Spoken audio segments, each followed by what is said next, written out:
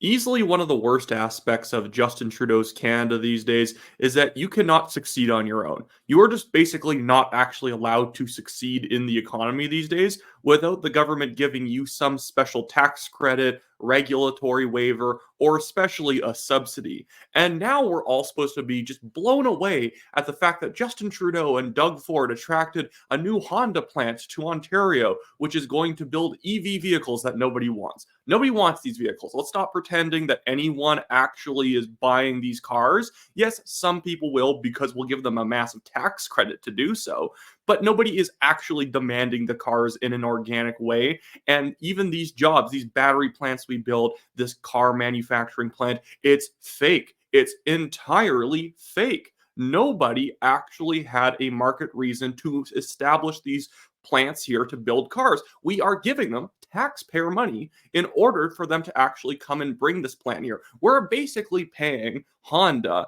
money to fake an economy. Basically, we are having the circus come to town, and they're going to do a lot of economic things. At the same time, Justin Trudeau stole some of your money to give it to them so that they can build cars at not an economically efficient rate. And within 5 years, you're going to have a lot of people saying, well, you can't cut the Honda subsidies. Think about all the fake jobs that they create. Think about all the people who, like, 30% of their salary is paid for by you to build cars that nobody wants unless the government gives you like a 50% like tax credit to buy it. It's just a clown show in Canada right now with Justin Trudeau. And yes, I did put out a jab to Doug Ford because Doug Ford is a progressive conservative premier. He is progressive first and he is kind of conservative at the very end of the day, like the 11:30 p.m. at night. For 30 minutes a day, he will be a little bit conservative.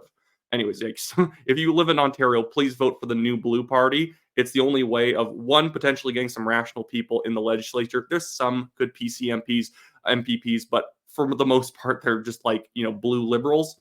Anyways, but before I get into this clip of Justin Trudeau, I just want to plug the fact that Wyatt Claypool, I'm running for the Conservative federal nomination for Calgary Signal Hill. It's on the west side of the city, so going straight west from the downtown core. This is where that riding is. If you live in this riding, buy a federal Conservative Party membership. Go through my website in the description below, wyattclaypool.com. Go purchase a membership, donate to the campaign if you want.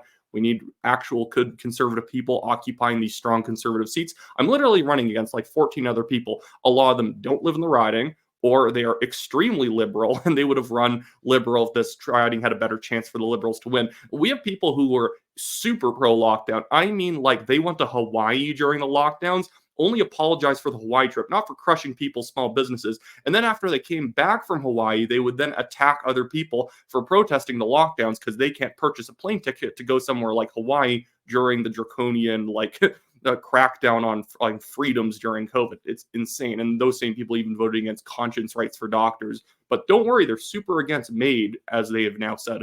Whatever. Bit of a rant video today. Anyways, here's a video of Justin Trudeau visiting some new plant or whatever, talking about all the business he's bringing to Canada. Canada is and should be seen as one of those places that if you're buying something that was made in Canada or created in Canada or invented in Canada or whatever, anywhere in the world, you should be able to say, okay, if there's a maple leaf on it, if it was made in Canada, I know that it was government subsidized. It was taxpayer subsidized. I'll finish your sentence for you, Justin. Done well. Done well. Oh, I'm sorry. I didn't mean that it's paid well the workers. It's paid well because they're subsidized. Environmentally responsible. It's probably done in partnership with Indigenous peoples, or at least in respect. Like, that's a brand. That was a really weird thing to throw in. It's probably done with the help of Indigenous peoples. Like, we're in like a car manufacturing plant. I don't know how that actually fits in here. Like, yes, some of the workers are probably Indigenous, but that's kind of like condescending that this is a project that has been touched by Indigenous people. How about just call them Canadians? Because that's what they are, and it's condescending to always cut them out of what it is to be Canadian and always like severing them off and only talking about them as like an other group out there. That as people around the world, customers and consumers around the world are looking at, okay, I want to be reliable in what I'm buying. I want to be thoughtful about what I'm doing. People should feel that if you're buying something in Canada, he wants them to feel that way. They don't. That's why our manufacturing sector, our oil and gas sector, our mining sector has either barely grown over the past 10 years or it's actually shrank. this guy's a complete joke of a person. No, nobody's thinking of Canada as a reliable place, because in order to do reliable business in Canada, you need government support. And unless you know how to get that, you're not going to set up shop here. And so we make overpriced products that basically just allows the Liberals to brand something as a job they created because they gave the money to the project. At the same time, they're taxing everyone so much so that if you actually want to do something on your own, start your own business, you can't. What? It's ridiculous. That's a niche we should own, that is a good brand that people are comfortable, like buying Italian shoes or Japanese electronics. Whatever you buy from Canada, it should be okay. Yeah, no, this is going to be good quality. Well, dude, it's been like 8 years and you haven't gotten it done. I don't know why now we're all supposed to be like, wow, that's a really good idea, Justin, that we should be the country where everyone thinks of quality manufactured goods. Well, maybe we could have done that if you cut taxes, made it easier to do manufacturing here. You didn't undermine people's wages by importing 500,000 new permanent residents per year, plus temporary foreign workers, in which makes it so that we value cheap labor ahead of actual quality skilled labor. And that's the problem. A lot of new people coming to Canada, and a lot of the time, new immigrants are the ones who have been most abused by the immigration system. They've been lied to, told that this is a land of opportunity. It's a wide open space. Of course you could buy a house here. It's all so cheap. And you get here and there's no houses. The jobs suck. And the people who are citizens here who grew up here are now having to fight for minimum wage jobs because that job has about 30 or 40 people applying. Go look at the videos of like Earl's, one waiter job, and there's 70 people out the door trying to apply for that job. Do you think the person who's going to get hired is going to get paid well?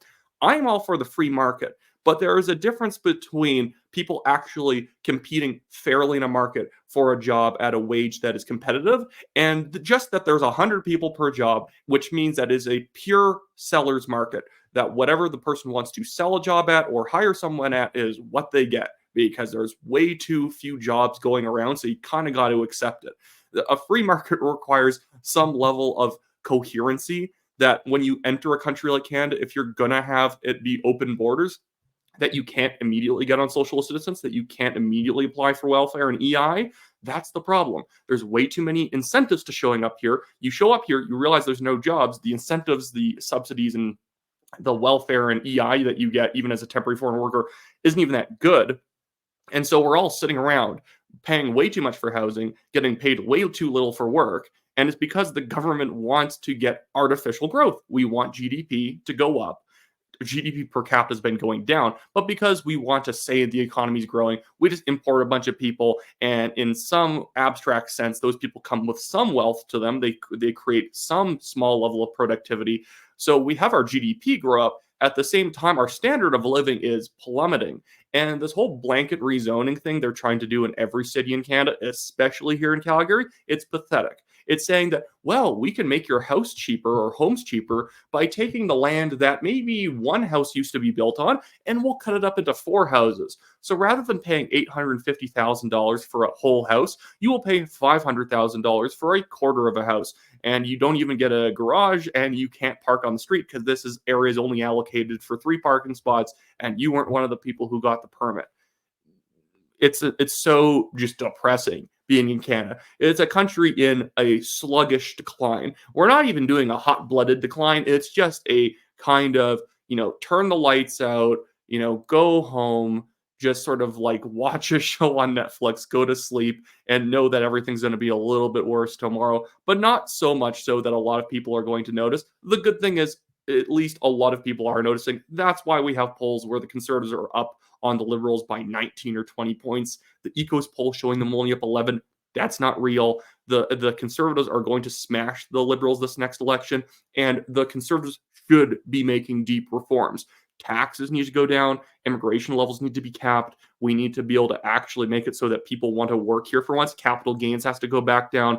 Regulations need to be cut. This is just a country where you have to interact with government officials way too often to make it worth living here. Anyways, that should be it for me today, guys. Again, I'm Wyatt Claypool. I'm running for the Calgary Signal Hill Conservative Party nomination. Buy a membership if you live in this part of the city. And also, you can donate to the TNT Legal Fund, also linked in the description below at the Give, Send, Go link. I also have the TNT Telegram group linked there. sometimes you don't get shown our videos right away on YouTube, and they don't like send you notifications when we put out new stuff. If you join the Telegram group, we pretty much post everything that we upload on Twitter there as soon as it gets posted, and then some other stuff that other people at TNT work on at other channels or other websites also gets posted there. It's not too much. It's not going to be spam or anything like that, but it guarantees that you actually get to see when we post new stuff, and you're not relying on the algorithm to pop it up in your suggestions and whatnot. But anyways, that should be it for me today, guys. Have